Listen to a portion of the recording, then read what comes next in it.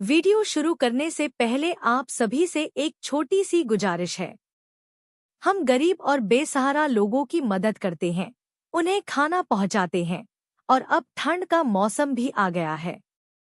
इस सर्दी में हम उनके लिए कंबल और कपड़ों का इंतजाम करना चाहते हैं। आप हमें दान देकर इन लोगों की मदद कर सकते हैं। वीडियो पर आपको एक क्यूआर कोड मिलेगा, जिसे स्कैन करके आप अपना योगदान दे सकते हैं। आपकी दान की हुई राशि का सही उपयोग हम गरीब और बेसहारा लोगों की मदद में करेंगे, ताकि इस ठंड के मौसम में उन्हें अच्छे कपड़े और गर्माहट मिल सके। आपका थोड़ा सा योगदान भी किसी जरूरतमंद के लिए बहुत मायने रखता है। आपकी यह मेहरबानी हम पर और उन जरूरतमंदों पर होगी जो इस कठिन समय में आपकी मदद के इंतजार में हैं। ईपीएस 95 पेंशनर्स के लिए ईपीएफओ ने जारी किया सर्कुलर, मिलेगा मुआवजा। देखें अपडेट। ईपीएस 95 पेंशनर्स के लिए ईपीएफओ ने जारी किया सर्कुलर, मिलेगा मुआवजा। देखें अपडेट। कर्मचारी भविष्य निधि संगठन ने कर्मचारी पेंशन योजना के पेंशन भोगियों के लिए एक महत्वपूर्ण घोषणा की है। अब पेंशनधारकों को महीने के अंतिम कार्य दिवस पर पेंशन मिलनी सुनिश्चित की गई है, और अगर पेंशन समय पर खाते में जमा नहीं होती है। ईपीएस 95 पेंशनर्स के लिए ईपीएफओ ने जारी किया सर्कुलर, मिलेगा मुआवजा। देखें अपडेट। तो पेंशन भोगियों को मुआवजा मिलेगा। इस नए नियम के तहत पेंशनधारकों को सैलरी की तरह हर महीने की आखिरी तारीख को पेंशन मिलेगी। तो चलिए जानते हैं इस बारे में अधिक जानकारी विस्तार से। ईपीएस 95 पेंशन फंड सर्कुलर में दिए गए दिशा निर्देश। कर्मचारी भविष्य निधि संगठन ने जारी किए गए सर्कुलर में स्पष्ट किया है कि पेंशन वितरण के लिए पेंशन राशि अंतिम कार्य दिवस से पहले पेंशन भोगियों के खाते में जमा हो जानी चाहिए। आरबीआई के निर्देशों के अनुरूप सभी क्षेत्रीय कार्यालयों को निर्देश दिया गया है कि वे पेंशन डिसबर्सिंग बैंकों को आवश्यक दिशा निर्देश भेजें, ताकि पेंशन का भुगतान समय पर हो सके। Employees provident fund organisation pension में देरी पर मिलेगा मुआवजा। नए नियम के अनुसार अगर पेंशन में देरी होती है तो पेंशन डिसबर्सिंग बैंक को पेंशन भोगी को सालाना 8% ब्याज के साथ बकाया राशि का मुआवजा देना होगा। यह मुआवजा स्वचालित रूप से लाभार्थी के बैंक खाते में जमा किया जाएगा। ईपीएफओ का सख्त निर्देश। कर्मचारी भविष्य निधि संगठन ने इस सर्कुलर में जोर दिया है कि इन आदेशों का सख्ती से पालन होना चाहिए। सभी कार्यालयों को निर्देश दिया गया है कि वे अपने क्षेत्राधिकार में आने वाले बैंकों को इन दिशा निर्देशों का पालन सुनिश्चित कराएं। ईपीएस 95 पेंशन फंड पेंशन की पात्रता और चेक करने के तरीके। आपको बता दें कि 10 साल की नौकरी पूरी करने वाले कर्मचारी 58 साल की उम्र के बाद कर्मचारी पेंशन योजना की पेंशन के पात्र होते हैं। ईपीएफ और ईपीएस में योगदान देने वाले कर्मचारी इस पेंशन का लाभ उठा सकते हैं। Employees provident fund organisation PF balance कैसे चेक करें?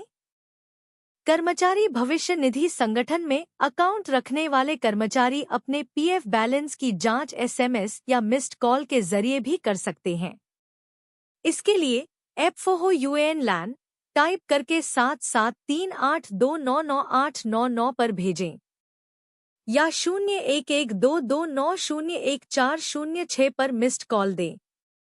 इस नए नियम के लागू होने से कर्मचारी पेंशन योजना के पेंशन भोगियों को समय पर पेंशन प्राप्त करने में सहूलियत मिलेगी और देरी की स्थिति में मुआवजा भी मिलेगा। EPFO news. ईपीएफ ने 78 लाख पेंशनर्स को दी बड़ी खुशखबरी। घर बैठे झटपट होगा अब ये काम।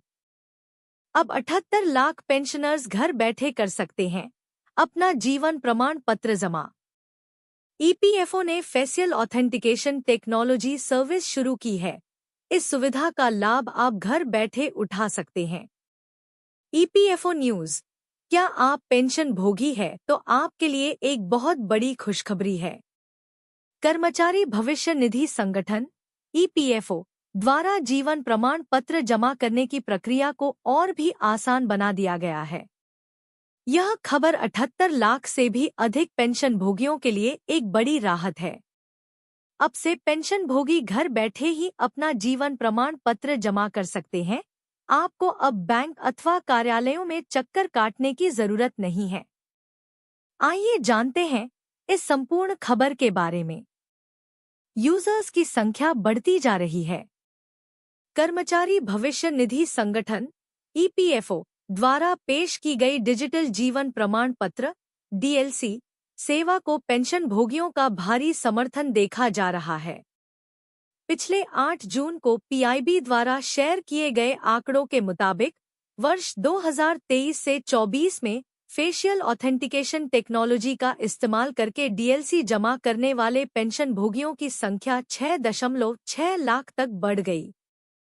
इसी संख्या की बात करें तो यह वर्ष 2022 से 23 में 2.1 लाख रुपए थी।